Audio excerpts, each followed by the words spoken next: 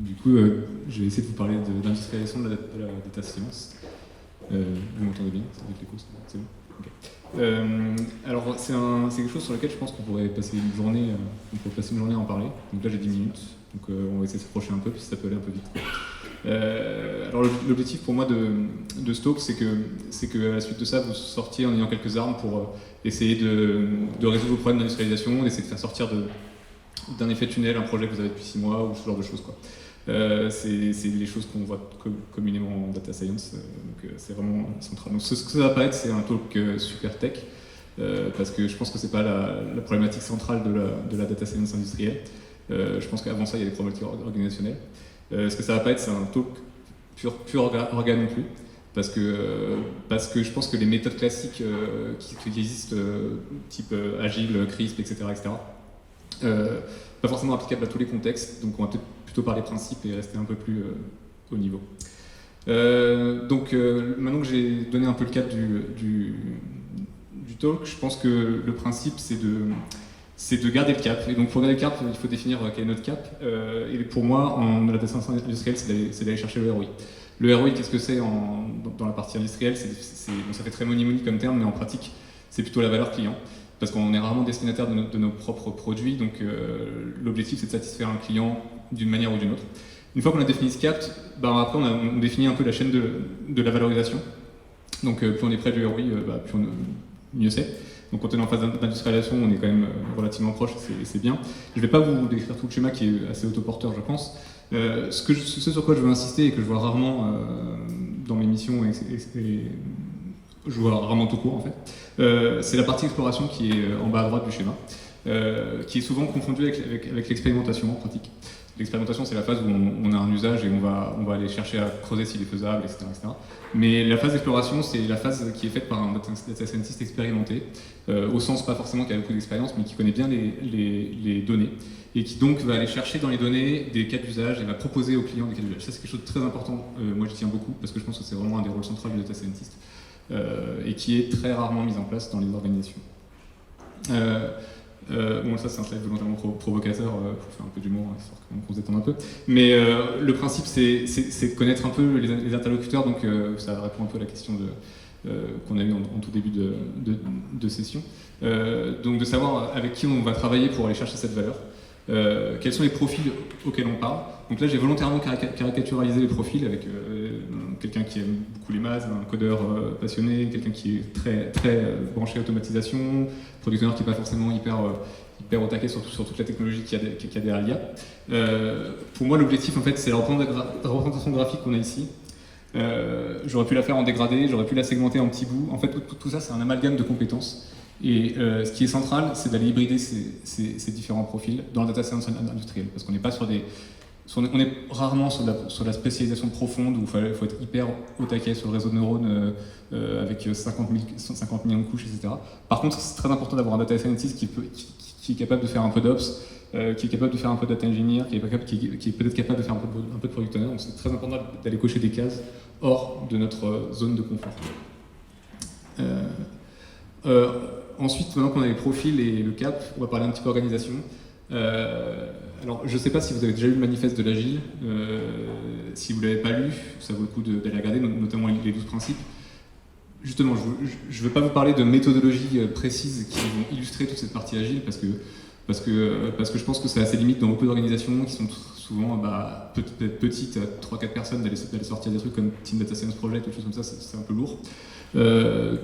En pratique, je pense que se restreindre aux principes, c'est bien, et ça permet d'avancer. Alors quel principe? Donc c'est une version un peu contextualisée des principes de l'Agile, de la data science, parce que c'est pas applicable forcément tel quel, parce que ça a été inventé pour des choses qui sont peut-être un peu plus faciles au niveau des besoins, ou c'est plus descriptif. Par exemple, vous bougez le bouton d'ici à là, donc là ça peut aller vite. Par contre, quand on vous demande de faire un modèle, c'est pas aussi rapide. Les valeurs centrales, donc ça j'en ai déjà parlé, c'est la recherche de ROI, c'est le client centrique, quoi.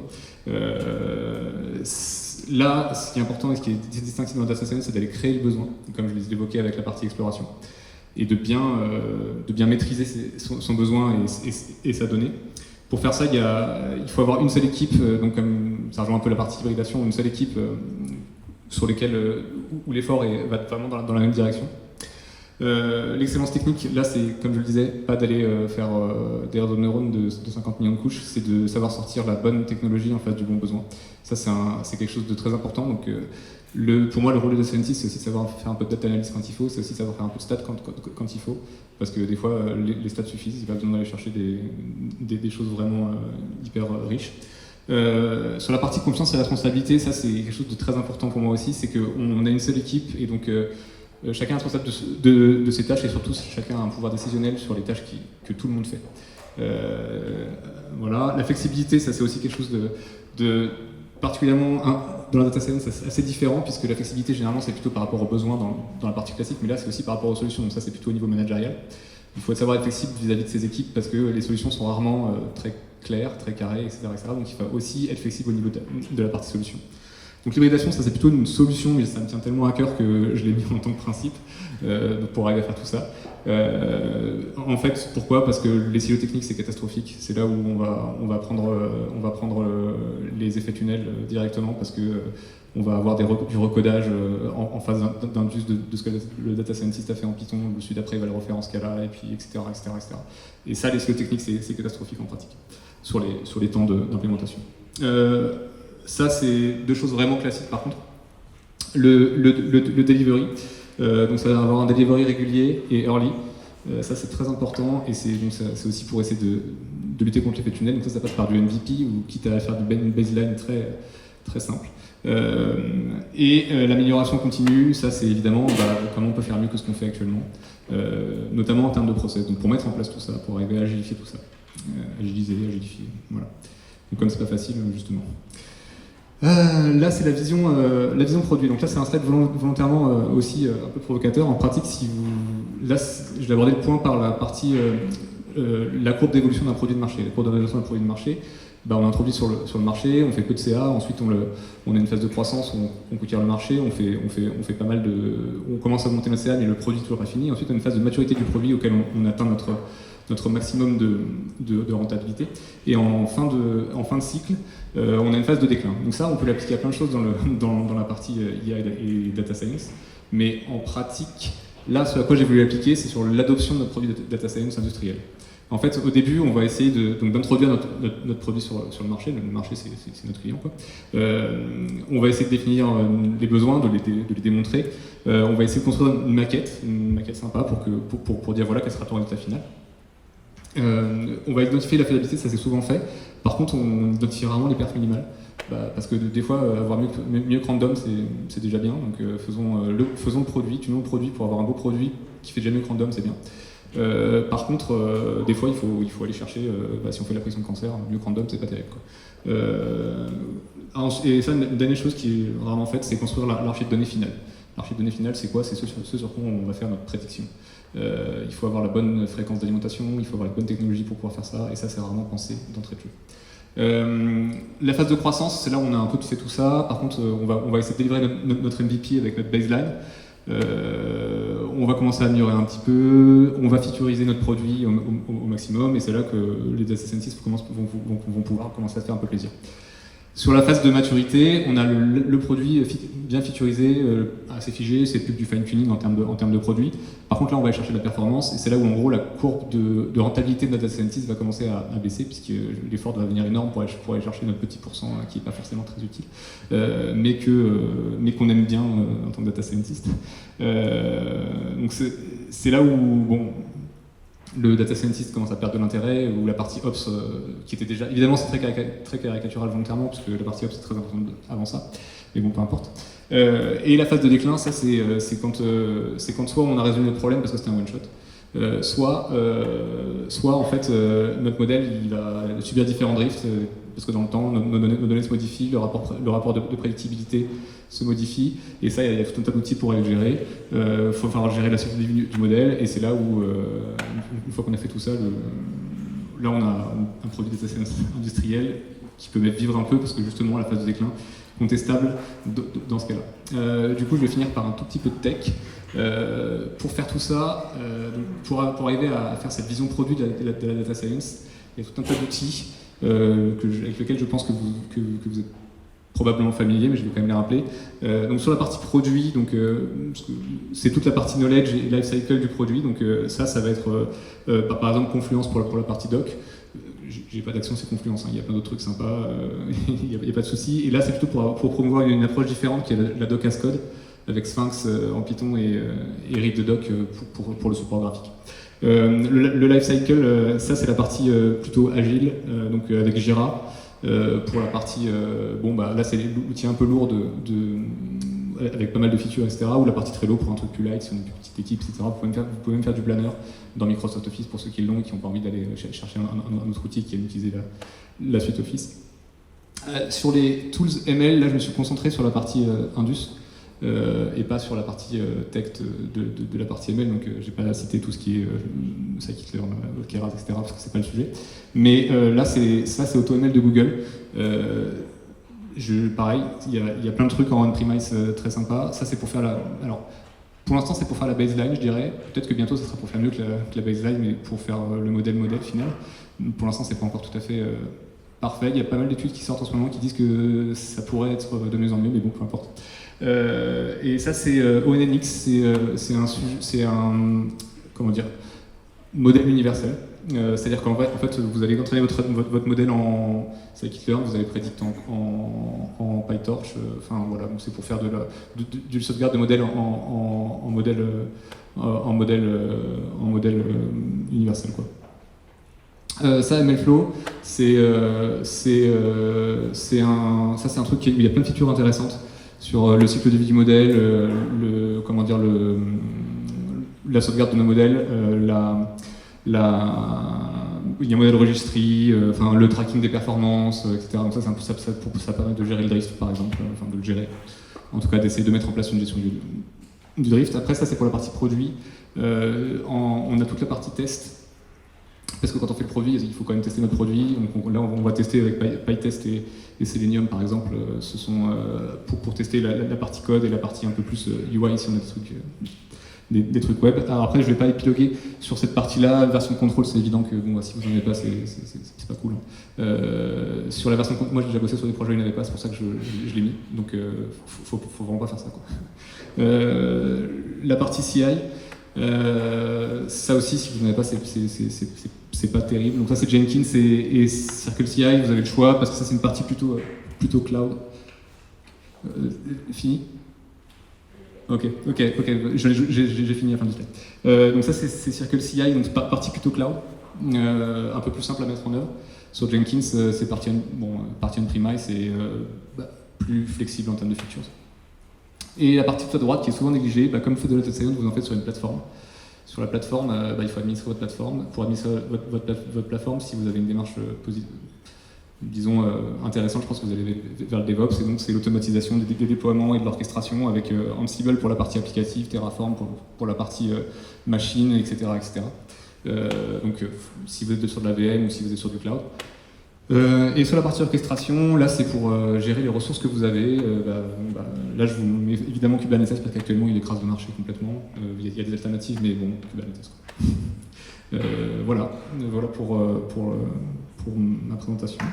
Il y aurait plein d'autres, des milliards de choses à dire. J'aurais bien aimé vous présenter tous ces produits en détail, mais bon, peu importe. Est-ce que vous avez des questions? Oui. Il a levé la main en premier. J'ai deux questions qui sont peut-être liées. La première, c'est tu parles pas beaucoup de la préparation des données. Oui. Est-ce que tu as des best practices là-dessus?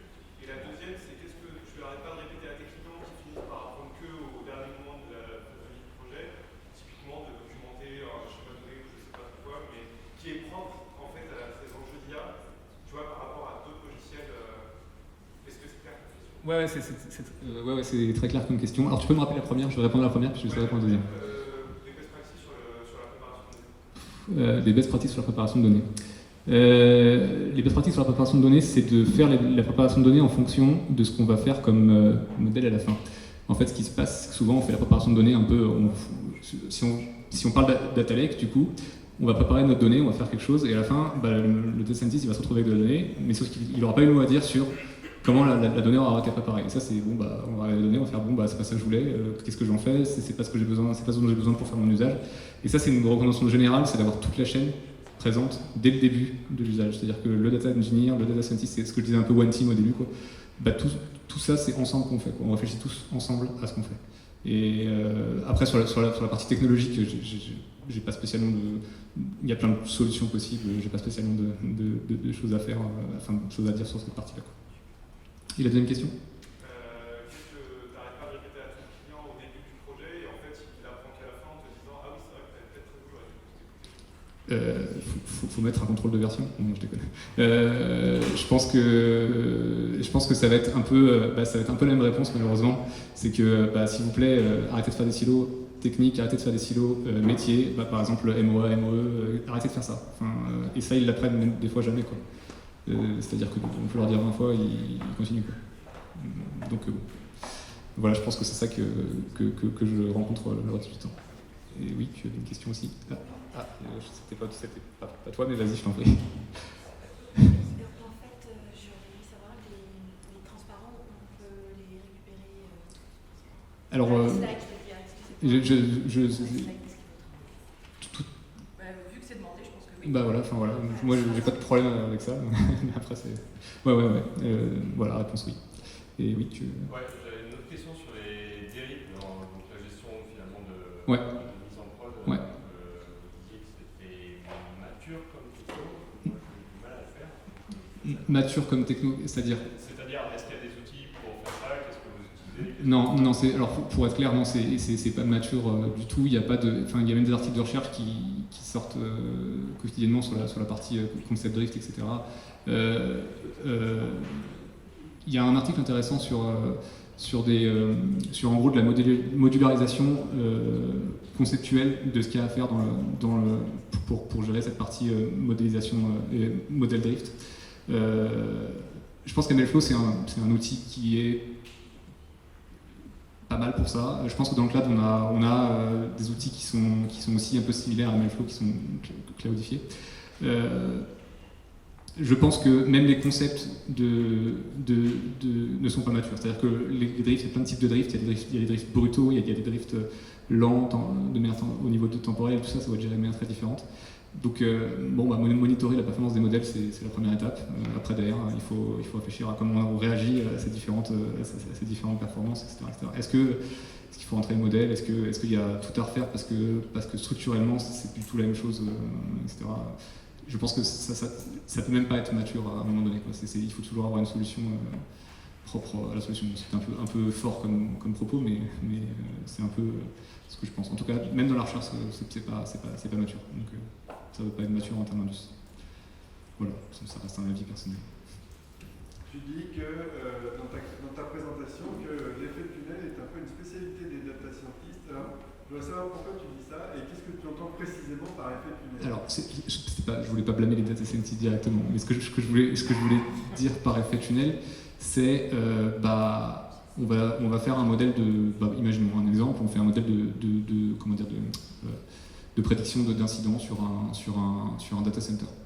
On fait un modèle de prédiction d'incidents sur un data center, on nous sort une table, on fait notre modèle là-dessus, et là on va passer 6 mois à essayer d'aller choper l'info, savoir comment faire un modèle qui va arriver à prédire. On va faire un peu de NLP, on va faire quelque chose, on va faire plein de trucs parce qu'on a des logs en ça, et à la fin on se rend compte que on n'a même pas la granularité nécessaire pour faire la prédiction parce qu'on prend nos métriques toutes les heures, trucs comme ça. Alors que les incidents, ils arrivent, la prédictibilité, elle se limite à 20 minutes. C'est ça l'effet tunnel en fait, dont je parle. Et en fait, pourquoi? Bon, c'est un exemple, hein, mais pourquoi c'est une spécialité du domaine, c'est que quand on cherche à trouver quelque chose, il y a moyen de chercher pendant très longtemps. Comme c'est très expérimental et très interrogatif et qu'on n'est pas sûr de trouver une solution, nécessairement on peut le chercher pendant très longtemps. Donc c'est pour ça que c'est constitutif. Et c'est pour ça que je mets ça pas particulièrement sur le data scientist, parce que c'est là où on cherche le plus et où la solution est la moins claire, je dirais. Voilà. Je pense que c'est bon, parce que comment tu as le temps. Tu as parlé d'AutoML avec Google, ouais. En version cloud. Oui. Il y a l'équivalent en premise, c'est ça? Ouais, AutoScaler, AutoScaler, oui, je crois que c'est ça, c'est la version identique sur Scikit-learn. Il y a d'autres trucs, AutoKeras, H2O, enfin il y a une analyse en belle. Ça, si tu tapes, il y a même un site qui fait des benchmarks de ça. Donc si tu veux, je crois que le niveau des benchmarks, je crois qu'H2O est pas trop mal en termes de benchmark, je me souviens plus trop, je me souviens plus trop par cœur des benchmarks. Voilà. Je vais donc laisser la parole à Christian, qui va nous parler de...